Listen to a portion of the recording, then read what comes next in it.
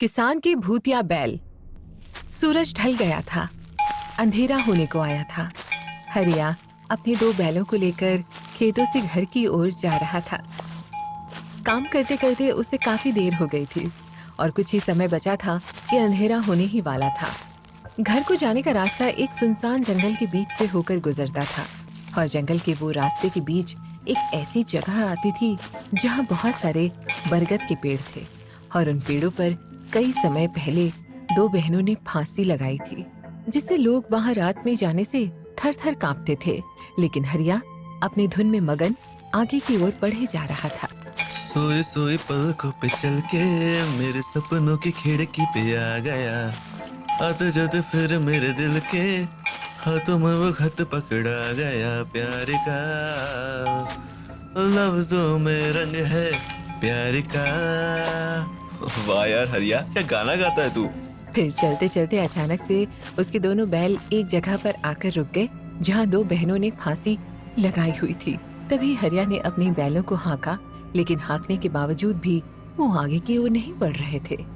हाय हाय, अरे चलो भी मेरे दो शूरवीर बैलो, क्यों इस जगह आकर अटक गए हो? घर नहीं जाना क्या?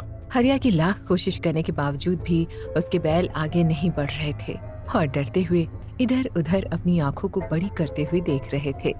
क्या देख लिया इन दोनों ने? चेहरे में डर झलक रहा है और एक कदम आगे नहीं बढ़ रहे। बाकी दिन तो ऐसा नहीं करते।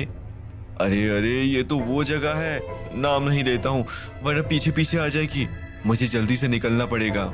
हरिया के दिमाग में दोनों चुड़ैल बहनों का डर भर गया था। वो जानता था कि जंगल की वो बरगद के पेड़ों वाली जगह बिल्कुल भी ठीक नहीं है। तभी जल्दबाजी में उसने अपने दोनों बैलों के पीठ पे लकड़ी मारी और उनकी पूंछ को पकड़कर उन्हें आगे की ओर धक्का दिया और तब धीरे से दोनों बैल आगे की ओर बढ़ने लगे। फिर कुछ देर चलने के बाद हरिया वो जगह से बाहर निकल आया था और तब उसने एक चैन की सांस ली। हाँ चलो, सही सलामत बरगद के पेड़ों वाली जगह से निकल कर आ गया हूँ, अब कोई खतरा नहीं।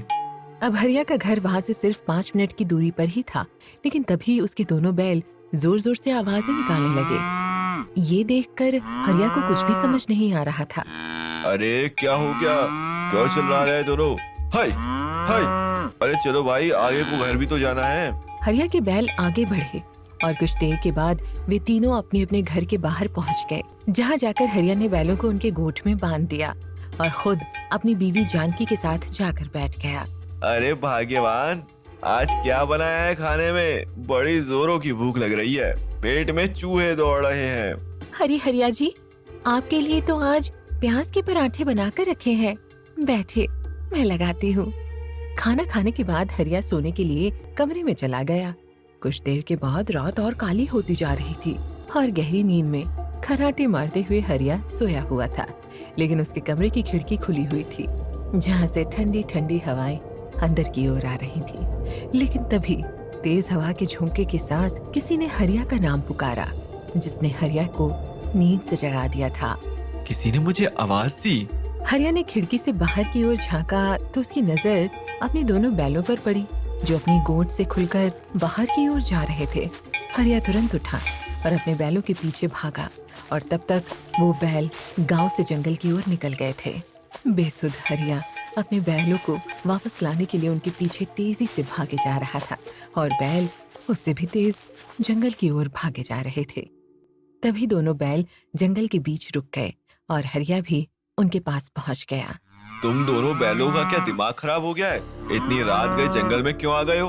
और गोट से तुम दोनों को खोला किसने? गुस्से में इतना कहकर हरिया ने जब अपने अगल बगल देखा तो उसके पैरों तले जमीन खिसक गई, क्योंकि वो उसी जगह पर खड़ा था जहाँ दो बहनों ने फांसी लगाई हुई थी। ये मैं कहाँ आ गया हूँ? मुझे यहाँ से चलना चाहिए। हरिया को समझ आ चुका था कि कुछ गड़बड़ होने जा रहा है, तो हरिया उस जगह से भागने लगा, लेकिन तभी उसका बैल भागकर सामने आया और हरिया का रास्ता रोक लिया। तू भी चल मेरे बैल घर, ये जगह ठीक नहीं है। और तब वो बैल चुड़ैलों की तरह हंसने लगा था। अब तो तू गया हरिया। ये क्या हो रहा है? शंभू, तू इंसानों की तरह क्यों बोल रहा है? फिर अचानक हरिया के बैल ने अपना असली रूप धारण कर लिया और वह एक चुड़ैल बन गया, जिसे देख हरिया पीछे की ओर भागा लेकिन वहाँ दूसरा बैल पहले से ही चुड़ैल बनकर खड़ा था, यानी कि वो दोनों बहनें अब हरिया को मारने वाली थीं।